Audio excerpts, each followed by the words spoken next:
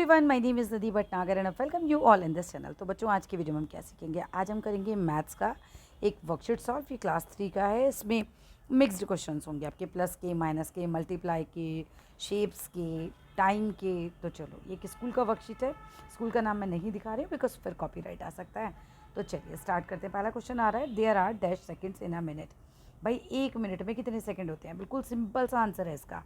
फटाफट अपना आंसर सोच लिया। 60 इसका आंसर होता है। 1 मिनट में 60 सेकेंड्स होते हैं, ठीक है। और 1 आवर में 60 मिनट्स होते हैं। ये याद करके जाना अच्छे से।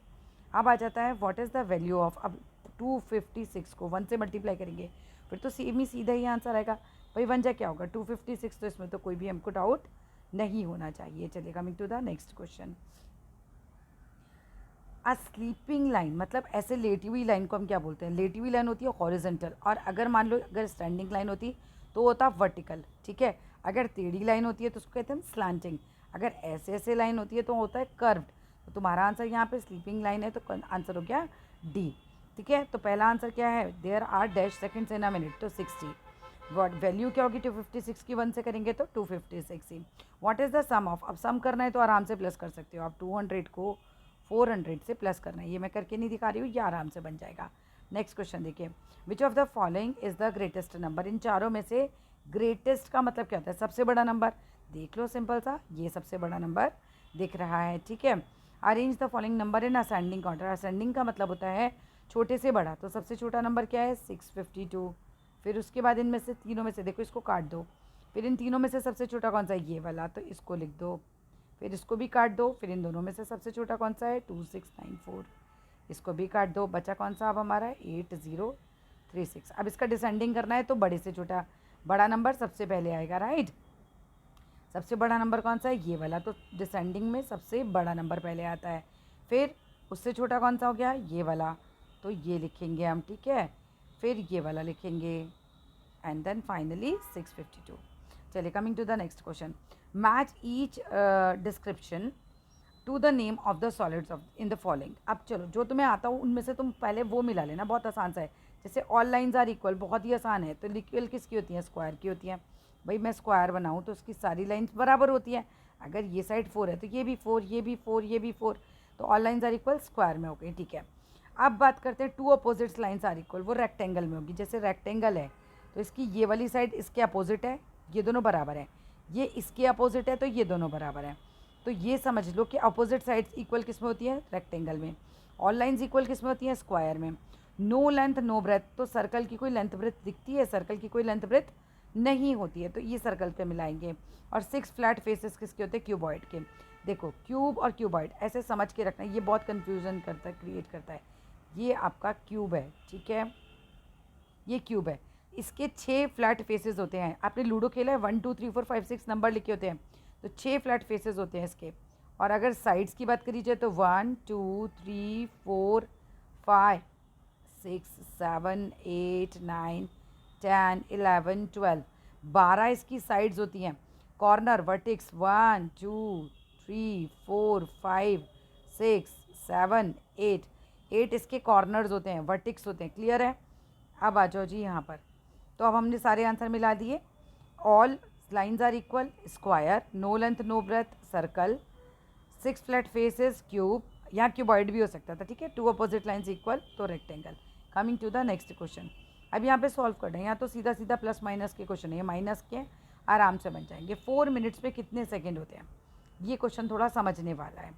1 मिनट के अंदर, 1 मिनट में होते हैं 60 सेकेंड। ये लिख कर आना पहले, 1 मिनट में होते हैं 60 सेकेंड। तो 4 मिनट में ज़्यादा होंगे या कम? ऑब्वियसली ज़्यादा होंगे। ज़्यादा के लिए हम करते हैं मल्टीप्लाई, ऐसे पूरा मल्टीप्लाई बना के करके आओगे। 4 0 जा 0, 4 6 जा 24, इतने सेकेंड्स आंसर आएगा इसका, ठीक है। ये बन जाएगा। नेक्स्ट, 4 डेज़ में कितने आवर्स होते हैं? 4 डेज़ में कितने आवर्स होते हैं? भाई एक दिन के आवर्स तुम्हें पता है? एक दिन में कितने आवर्स होते हैं? 1 डे में, मैंने पिछली वर्कशीट जो कराई थी उसमें भी कराते हैं क्वेश्चन, 1 डे में 24 आवर्स होते हैं, 24 आवर्स होते हैं, ठीक है। मैं फिंगर से लिख रही हूँ, राइटिंग में मत जाना। 1 डे में 24 आवर्स होते हैं, तो 4 डेज़ में ज़्यादा होंगे, ज़्यादा के लिए हम करते हैं मल्टीप्लाई। तो 24 को 4 से मल्टीप्लाई कर देना, आंसर आ जाएगा। नेक्स्ट क्वेश्चन देखो, ये टेबल है। अब ये टेबल तो मुझे बताने की ज़रूरत नहीं है, तो आराम से बन जाएगा। आगे देखते हैं AM PM। अब 12:30 इवनिंग के हो रहे हैं, शाम का टाइम है, तो फिर PM। रात के 12 बजे से सुबह के 12 बजे तक AM चलता है, दोपहर के 12 बजे से लेकर रात के 12 बजे तक PM चलता है। अब मॉर्निंग का टाइम है तो ये AM होगा, मॉर्निंग लिखा है तो AM है। 7 o'clock इन द मॉर्निंग, ये भी AM है। बिल्कुल क्लियर आंसर है। नेक्स्ट क्वेश्चन है, ड्रॉ करना है आपको क्लोज और ओपन फिगर को। क्लोज फिगर मतलब बंद फिगर, एकदम ऐसे जो बंद होती है, और ओपन फिगर आपको ड्रॉ करनी है तो ऐसे कर दो, खुली हुई फिगर। ठीक है, इसको ऐसे भी कर सकते थे, क्लोज फिगर, ऐसे कुछ बंद फिगर कर दो, और क्लोज मतलब ऐसे खोल दो। नेक्स्ट क्वेश्चन की तरफ आते हैं। फाइंड करना है सक्सेसर। सक्सेसर का मतलब होता है आपको 1 प्लस करना है, तो 3999 में इसके बाद क्या आएगा, तो 1 प्लस कर देना। ठीक है, आंसर मिल जाएगा। 9 और 1 10 कैरी गया 1, 9 और 1 10 कैरी गया 1, 9 और 1 10 कैरी गया 1, और 3 और 1 4, 4000 इसका आंसर बन जाएगा हमारा। सिंपल है ये क्वेश्चन। जब भी सक्सेसर निकालना होगा 1 प्लस करोगे, प्रीडिसर निकालना है 1 माइनस करोगे। Right the place value of the following. अब 3 की प्लेस वैल्यू दिखानी है आपको। 3 कौन से प्लेस पे, मैंने कहा था चार्ट बनाना, 1 10 100 1000, तो 3 की प्लेस वैल्यू आएगी 3000। केवल 1000 मत लिखना, 1000 उसका प्लेस है, आपको प्लेस वैल्यू पूछा है तो 3000, फेस वैल्यू पूछा है तो केवल 3, मुंह तो बदलता नहीं, तो फेस वैल्यू 3 है, और place value 3000, face value 3। Coming to the next question, make the greatest and the smallest number. अब आपको डिजिट दी हुई है, उससे नंबर बनाना है। कुछ बच्चे क्या बेवकूफ़ी करते हैं, जैसे नंबर तो ऐसे बना देंगे वो, और हर एक के आगे कॉमा लगा देते हैं, तो डिजिट्स हो गई, ये नंबर नहीं बना, आपको नंबर बनाना है। आप 8714, ये बना हमारा ग्रेटेस्ट नंबर। ठीक है, आप चाहो तो यहाँ पर कॉमा लगा देना, और नहीं तो कहीं मत लगाना तो भी सही रहेगा। ठीक है, नहीं तो कहीं मत लगाना, बस डिजिट से नंबर बना देना। स्मॉलेस्ट नंबर क्या बनेगा, 1478। ठीक है, क्लियर है। नेक्स्ट, अब यहाँ पे क्या करना है, draw the clock and show the time. Copy में बना के आपको आना है खुद से ही। ठीक है, 6:15, क्वार्टर का मतलब होता है 1/4 हिस्सा, 15 मिनट का हिस्सा। पहले तो 6, स्मॉल वाली सुई 6 पे बनाना। क्वार्टर का मतलब होता है 15 मिनट्स। ठीक है, 15 मिनट्स आगे। क्वार्टर पास्ट का मतलब होता है 15 मिनट्स आगे, क्वार्टर पास्ट का मतलब होता है 15 मिनट्स आगे। यहाँ पर क्वार्टर पास्ट 3 पर आता है, याद भी करके जा सकते हो। क्वार्टर पास्ट 3 पर आता है, क्वार्टर टू 9 पर आता है, क्वार्टर टू 9 पर आता है, क्वार्टर टू 9 पर आता है, याद कर लो इस बात को। तो ये बनेगा इस तरीके से, क्वार्टर पास्ट हो गया। ठीक है, आगे देखते हैं। 7:30, 30 मिनट्स, हमेशा मिनट्स जब 30 होते हैं तो हमेशा 5 6 या 30 बड़ी वाली सुई बना दो, और 7 पे छोटी वाली बना दो। ये 7 और 8 के बीच में बनाना, क्योंकि आधा घंटा तो बीत गया है। ठीक है, आगे देखते हैं। अ नोटबुक कंटेन्स 10 पेजेस। एक नोटबुक में है 10 पेज। इफ़ सीमा के पास 12 नोटबुक हैं, अगर एक में 10 पेजेस हैं तो 12 में डेफिनेटली ज़्यादा होंगे, तो 12 से मल्टीप्लाई करना। तो a notebook contains pages is equal to 10। ठीक है, a notebook contains pages is equal to 10।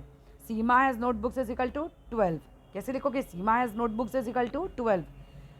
Total pages is equal to total pages, तो आपको मल्टीप्लाई कर देना है। ठीक है, नेक्स्ट है, in a book shop there are इतनी बुक्स। भाई एक बुक शॉप में इतनी बुक्स थी, आउट ऑफ विच इतनी बिक गई। अब मान लो कि मेरे पास 4 किताबें हैं, उसमें से किसी ने 2 खरीद ली, तो मेरे पास कितनी बची, 2। मैंने कैसे पता लगाया, माइनस करके, मेरे पास से चली गई तो माइनस हो गई। ये सीधा सीधा माइनस का क्वेश्चन है, लेफ्ट निकालना है। Total numbers in a book shop is equal to इतना, books were sold is equal to इतना, books were left is equal to, minus करके जो आंसर आएगा। नेक्स्ट क्वेश्चन, सनाया हैज़ इतने pencils in a box. Sanaya has pencils in a pebbles. Pebbles means कंचे, like पत्थर छोटे छोटे कहना चाहिए। ठीक है, तो Sanaya has pebbles, pebbles means छोटे छोटे पत्थर समझ लो। Sanaya has pebbles in a box is equal to इतना। हर आंट के, अब ज़्यादा दे दिए आंटी ने तो प्लस हो गए। तुम्हारे पास अगर 10 चॉकलेट थी, 2 और किसी ने दे दी तो प्लस हो जाएंगी, 12 हो जाएंगी। सेम है, उसके पास जितने पेबल्स थे उसकी आंटी ने उसे और ज़्यादा दे दिए तो प्लस हो जाना चाहिए। अब इन ऑल कितना पूछ रहे हैं, तो वो प्लस का साम ही है। नेक्स्ट क्वेश्चन, अब book fair was organise in a school on the first day. Book fair के स्टूडेंट्स ने खरीदा इतनी बुक्स। ठीक है, फर्स्ट डे इतनी खरीदी ली, अनदर डे स्टॉल लगा और इतनी बुक्स आर देयर, और इतनी बुक्स वर सोल्ड। ठीक है, इतनी बिक गई। एक बुक फेयर ऑर्गेनाइज होता है स्कूल में। फर्स्ट डे बुक फेयर के स्टूडेंट्स ने खरीद ली 628 बुक्स। ठीक है, from the stall. In another stall, दूसरे वाले स्टॉल में क्या हुआ, 654 नोटबुक्स थी, and there are 205 books were sold, इतनी बिक गई। तो all the stalls of the book fair has 986 books. अब सारे स्टॉल्स में बात करी जाए बुक के, तो फिर आप कैसे निकालोगे इस सवाल को? इस सवाल में थोड़ा सा ट्रिक आपको यूज़ करनी पड़ेगी। भाई टोटल बुक्स कितनी थी, कितनी बुक्स बिक गई, ठीक है। इस सवाल को एक केस स्टडी बेस है, इसको निकाल के लेना, ठीक है। इसको कमेंट बॉक्स में निकाल के दो मुझे, बहुत आसान सा क्वेश्चन है ये। इसके कुछ क्वेश्चन दे रखे हैं, जैसे how many books were bought from the first stall. भाई पहले स्टॉल से कितनी बुक्स जो हैं वो बिकी, ठीक है। आंसर खुद बताओगे, मैंने बस क्वेश्चन पढ़ दिया तुम्हारे लिए। बताओ how many books were bought, खरीदी गई फर्स्ट स्टॉल से। बिल्कुल clear answer, on the first day of the book fair students ने बुक खरीदी इतनी फ्रॉम द फर्स्ट स्टॉल से इतनी बुक खरीदी, आंसर मिल गया। Next, there were 432 notebooks in all stalls. सारे स्टॉल्स में मिला के 432 नोटबुक्स हैं। अगर 125 notebooks were bought by students, अगर 125 बच्चों ने खरीद ली तो भाई माइनस हो जाएगा ना, सीधी सी बात है, कम हो जाएंगी तो माइनस कर देना है इसको। How many total books had in the book fair, अब टोटल तो निकाल ही लोगे कितनी है। नेक्स्ट, स्कूल ऑर्गेनाइज करता है एक पिकनिक को एक सिटी में, ठीक है। स्कूल ने एक पिकनिक ऑर्गेनाइज करी शहर में। A total of 80 students went along with the teachers. अब 80 बच्चे गए हैं अपनी टीचर्स के साथ। They carried food packets, juice bottles and games for enjoyment. ये सारा सामान ये लोग लेके जाते हैं एन्जॉयमेंट के लिए। Each student was given 3 sandwiches. 80 बच्चे हैं, हर एक बच्चे को 3 सैंडविच मिलते हैं, ठीक है। एंड 2 जूस की बॉटल मिलती है, 2 जूस की बॉटल मिलती है। 80 बच्चों को 2 जूस की बॉटल मिलती है। द स्टूडेंट प्लेड गेम्स, ठीक है। कलेक्ट करते हैं लीव्स को, स्टोन्स को, और इन्जॉय करते हैं अलॉट। अब देखो, अगर तुम्हें सैंडविचेस निकालने हैं टोटल तो मल्टीप्लाई कर देना 3 से। अगर तुम्हें जूस बॉटल निकालनी है तो मल्टीप्लाई कर देना 2 से। How many students went for picnic, सीधा सीधा ऊपर से आंसर देख लेना। 80 बच्चे गए थे भाई। How many sandwiches and juice bottles given, तो सैंडविचेस 80 बच्चों को, हर एक को 3 सैंडविच दिए तो 3 से मल्टीप्लाई करके सैंडविच निकल आएंगे। जूस की बॉटल कितनी मिली, 80 बच्चों को, हर एक को 2-2 जूस बॉटल मिली तो 2 से मल्टीप्लाई करके जूस बॉटल निकल आएंगी। A group of 4 students bought food packets, 4 students ने फूड पैकेट खरीदे। इफ़ ईच पैकेट कॉस्ट, हर एक पैकेट का कॉस्ट 40 रुपये है, तो फिर बताओ कितने मनी, एक का पता है ज़्यादा का निकालना है। एक ग्रुप है 4 स्टूडेंट्स का, ठीक है। ये 4 स्टूडेंट्स बना लो, चलो फटाफट से बनाते हैं इसको। 4 स्टूडेंट्स हैं, 4 स्टूडेंट्स बॉट करते हैं फूड पैकेट को, ठीक है। 4 बच्चे हैं, फूड पैकेट खरीदते हैं। इफ़ ईच पैकेट की कॉस्ट 40 रुपये है, how much money did they spend, हर एक बच्चे ने क्या किया, 4 बच्चों ने खरीदे, हर एक बच्चे ने 40 रुपये खर्च किए, इसका मतलब, ठीक है। हर एक बच्चे ने 40 रुपये खर्चा किए, तो बताओ टोटल कितना खर्चा हो गया। चारों को प्लस कर देना है, 4 से मल्टीप्लाई कर देना, ठीक है। A group of 4 students bought food packets, अगर एक पैकेट की कॉस्ट 40 है तो 4 बच्चों ने 4 पैकेट खरीदे, सीधा सीधा 4 से मल्टीप्लाई कर सकते हो। That's all in this video. Video कैसा लगा ज़रूर बताइएगा। Thank you so much for watching, bye bye.